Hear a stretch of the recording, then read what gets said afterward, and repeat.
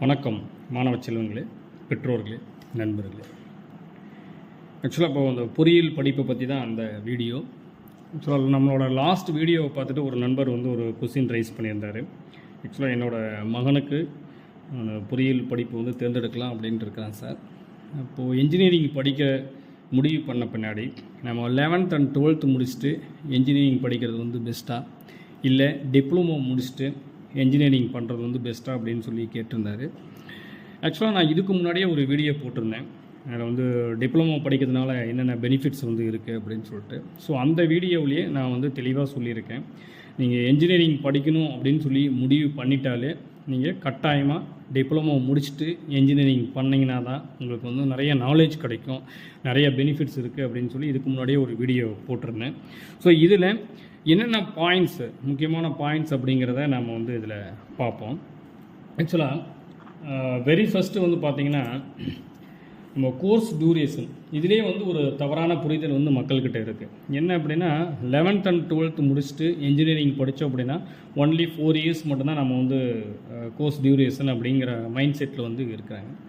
இதே டிப்ளமோ முடிச்சுட்டு நம்ம போனோம் அப்படின்னா 1 year எக்ஸ்ட்ரா நம்ம படிக்க வேண்டியிருக்கும் அப்படின்னு ஒரு தவறான புரிதல் இருக்குது. ஆக்சுவலாக அப்படி கிடையாது. இப்போ நீங்கள் டிப்ளமோ படிக்கணும் அப்படின்னு சொல்லி டிப்ளமோ முடிச்சுட்டு இன்ஜினியரிங் படிக்கணும் அப்படின்னு சொல்லி முடிவு பண்ணிங்க அப்படின்னா நீங்கள் 10th முடிச்சுட்டு 3 years diploma courses. After that இன்ஜினியரிங்கில் டேரெக்டாக செகண்ட் இயரில் போய் ஜாயின் பண்ணுறீங்க, அங்கே ஒரு 3 years. இப்போது டோட்டலாக உங்களுக்கு 6 years. அதே மாதிரி நீங்கள் 11th and 12th முடிச்சுட்டு இன்ஜினியரிங் படிக்கணும் அப்படின்னு சொல்லி பிரியப்படுறீங்க அப்படின்னா இப்போ 10th முடித்ததுக்கப்புறம் 11th 1 year, 12th 1 year and then engineering 4 years. So நீங்கள் 10th அப்புறம் இன்ஜினியரிங் படிக்கணும் அப்படின்னா நீங்கள் 11th and 12th முடிச்சிருந்தாலும் சரி, இல்லை டிப்ளமோ முடிச்சுட்டு இன்ஜினியரிங் படிக்கணும்னு நினச்சாலும் சரி, உங்களுக்கு டோட்டலாக 6 years டியூரேஷன் கண்டிப்பாக தேவைப்படுது இன்ஜினியரிங் படிக்கணும் அப்படின்னா. ஸோ டிப்ளமோ படித்தா 1 year நம்ம எக்ஸ்ட்ரா டைம் வேஸ்ட் ஆகுது அப்படிங்கிறது தவறான கருத்து. இதை எல்லாருமே மைண்டில் வச்சுக்கிங்க. அண்ட் தென் நெக்ஸ்ட்டு பார்த்தீங்கன்னா மெத்தட் ஆஃப் ஸ்டடி அப்படிங்கிறது பார்த்திங்கன்னா நம்ம எப்படி படிக்க போகிறோம் அப்படிங்கிறது. இப்போது டிப்ளமோ கோர்சஸில் பார்த்திங்கன்னா மேக்ஸிமம் நீங்கள் ப்ராக்டிக்கல் ஓரியன்டாக படிப்பீங்க. இப்போது 70% ஆஃப் சப்ஜெக்ட் பார்த்திங்க அப்படின்னா ப்ராக்டிக்கலாக தான் நீங்கள் படிப்பீங்க. அது லேபாக நடக்கும். 30% தான் தியரியாக நீங்கள் படிப்பீங்க. ஃபார் எக்ஸாம்பிள் ஒரு 10 பேப்பர் இருக்குது அப்படின்னா, 10 சப்ஜெக்ட் இருக்குது அப்படின்னா 7 சப்ஜெக்ட் ப்ராக்டிக்கலாகவும் 3 சப்ஜெக்ட்டு தியரியாகவும் நீங்கள் படிப்பீங்க. ஸோ இதில் ப்ராக்டிக்கலாக நீங்கள் படிக்கிறதுனால டிப்ளமோவில் உங்களுக்கு என்ன அப்படின்னா நிறைய விஷயங்கள் நீங்கள் கற்றுக்கலாம். என்ஜினியரிங் அப்படின்னாவே பார்த்திங்கன்னா க்ரியேட்டிவிட்டி, நிறைய விஷயங்களை உருவாக்குறது. இப்போ நீங்கள் ஒரு விஷயத்தை உருவாக்கணும் அப்படின்னா உங்களுக்கு நிறைய விஷயங்கள் தெரிஞ்சிருந்தால் மட்டும்தான் நீங்கள் புதுசாக ஒன்று க்ரியேட் பண்ண முடியும். ஸோ இங்கே டிப்ளமோவில் நீங்கள் வெரி பிகினிங் முதல்லேருந்து வெரி பேசிக்காக நீங்கள் நிறைய விஷயங்களை படிப்பீங்க. பேசிக்காக முதல்லேருந்து படிக்கிறதுனால உங்களுக்கு நிறைய விஷயங்கள் கண்டிப்பாக நீங்கள் நிறைய விஷயங்களை கற்றுக்குவீங்க. ஸோ இங்கே முடிச்சுட்டு அதுக்கப்புறம் நீங்கள் என்ஜினியரிங் போய் படித்தோம் அப்படின்னா உங்களுக்கு ரொம்ப ரொம்ப ஈஸியாக இருக்கும். இதே நீங்கள் இன்ஜினியரிங் +1 +2 முடிச்சுட்டு இன்ஜினியரிங் போய் ஜாயின் பண்ணுறீங்க அப்படின்னா உங்களுக்கு பார்த்தீங்க அப்படின்னா இது அப்படியே ரிவர்ஸில் இருக்கும். தியரி அதிகமாக படிப்பீங்க, ப்ராக்டிக்கல் குறைவாக படிப்பீங்க. ஸோ இது ஒரு major point. And then no maths fear.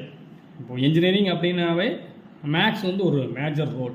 இப்போது நீங்கள் 10th முடிச்சுட்டு +1 +2 முடிச்சுட்டு இன்ஜினியரிங் படிக்கணும் அப்படின்னு சொல்லி நீங்கள் நினச்சிங்க அப்படின்னா +1 மேக்ஸ் இருக்குது, +2 மேக்ஸ் இருக்குது, அண்ட் தென் இன்ஜினியரிங் ஃபஸ்ட் இயரில் மேக்ஸ் இருக்குது, 2 மேக்ஸ் இருக்குது, அண்ட் தென் 3rd செமஸ்டரில் மேக்ஸ் இருக்குது. டோட்டலாக எவ்வளோ மேக்ஸ் இருக்குங்க? 5 மேக்ஸ் இருக்குது. இது பார்த்தீங்கன்னா நீங்கள் autonomous college engineering college select பண்ணிங்கன்னா இவ்வளோ மேக்ஸ்.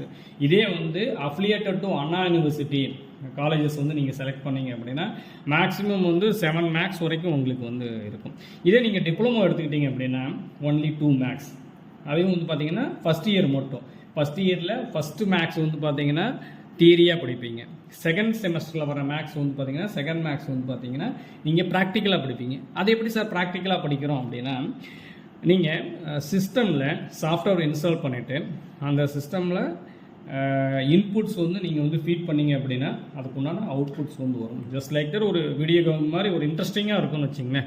ஸோ அந்த மாதிரி வந்து நீங்கள் ப்ராக்டிக்கலாக நீங்கள் படிக்கலாம். ஸோ அப்போ வந்து நிறைய பேருக்கு வந்து மேக்ஸ் வந்து ஒரு பெரிய ப்ராப்ளமாக இருக்குது. ஸோ அந்த மேக்ஸ் பயம் இல்லாமல் என்ஜினியரிங் முடிக்கணும் அப்படின்னா உங்களுக்கு வந்து ஒரு ஈஸியஸ்ட் வே என்ன அப்படின்னு பார்த்தீங்கன்னா டிப்ளமோ முடிச்சுட்டு என்ஜினியரிங் படிக்கலாம். இது ஒரு point. And then medium of study. இப்போ வந்து +1 +2 முடிச்சுட்டு நீங்கள் என்ஜினியரிங் படிக்கிறேன் அப்படின்னு படிக்க போகும்போது உங்களுக்கு வந்து பார்த்தீங்கன்னா நீங்கள் மேக்ஸிமம் வந்து இங்கிலீஷில் தான் வந்து படித்தாகணும். ஒரு சில காலேஜஸில் மட்டும்தான் தமிழ் மீடியம் இருக்குது. அது வந்து ரொம்ப ரேரு.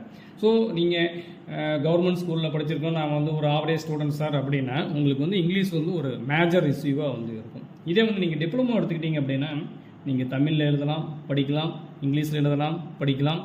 அதே மாதிரி third one Tamil and English, அதான் நம்ம தங்கிலீஷ்னு சொல்லுவோம் இல்லையா, அந்த மாதிரி வந்து 2 கலந்து, அதாவது டெக்னிக்கல் வேர்ட்ஸ் வந்து இங்கிலீஷ்லேயும் நீங்கள் ஒரு சென்டென்ஸ் வந்து ஃபார்ம் பண்ணுறது வந்து தமிழ்லையும் சேர்த்து தமிழ் அண்ட் இங்கிலீஷில் வந்து கலந்து வந்து எழுதலாம்.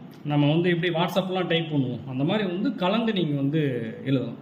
ஸோ இது வந்து ஒரு மேஜர். அப்போ வந்து ஒரு லாங்குவேஜ் வந்து உங்களுக்கு ஒரு பெரிய ப்ராப்ளமாக இங்கே வந்து இருக்காது, டிப்ளமோவில் வந்து இருக்காது. ஸோ இங்கே டிப்ளமோவில் வந்து கிடைக்கிற எக்ஸ்பீரியன்ஸை வச்சு நீங்கள் அடுத்தது என்ஜினியரிங் போகும்போது நீங்கள் ஈஸியாக வந்து இங்கிலீஷ் வந்து பிக்கப் பண்ணிக்கலாம். ஸோ இது ஒரு பாயிண்ட்.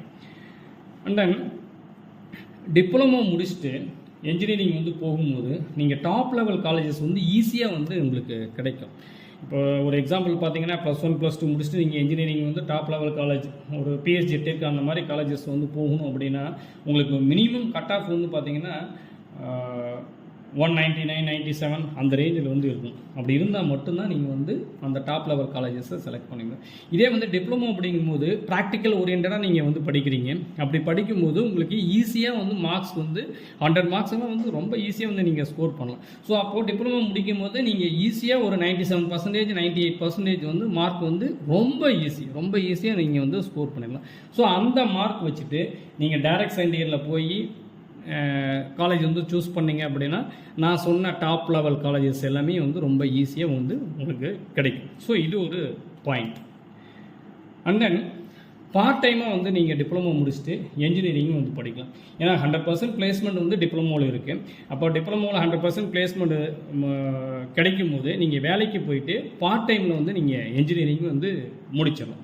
ஸோ அப்போ பார்ட் டைமில் என்ஜினியரிங் முடிச்சுட்டு ஒரு ஜாபில் நீங்கள் இருக்கிறீங்க அப்படின்னா அப்போ வந்து ஈஸியாக உங்களுக்கு ஒரு நல்ல ப்ரொமோஷன் கிடைக்கும், நல்ல சேலரி வந்து ஃபியூச்சரில் கிடைக்கிறதுக்கான வாய்ப்பு அதிகம். ஸோ இதெல்லாம் வந்து ஒரு மேஜர் பாயிண்ட்ஸ். இதெல்லாம் வந்து உங்களுக்கு யூஸ்ஃபுல்லாக இருந்திருக்கும் நினைக்கிறேன். ஸோ இனி வரப்போகிற வீடியோவில் வேறு ஒரு விஷயத்தை பற்றி நீங்கள் வந்து டிஸ்கஸ் பண்ணலாம். ஸோ என்ஜினியரிங் படிக்கணும் அப்படின்னா கட்டாயம் நீங்கள் டிப்ளமோ முடிச்சுட்டு என்ஜினியரிங் படிக்கணும். அப்படி படிச்சிங்க அப்படின்னா உங்களுக்கு நல்ல வேல்யூ இருக்குது, நிறைய விஷயங்களை கற்றுக்கலாம். ஸோ இதை வந்து மைண்டில் வச்சுட்டு ஒரு நல்லது ஒரு முடிவெடுங்க. தேங்க்யூ.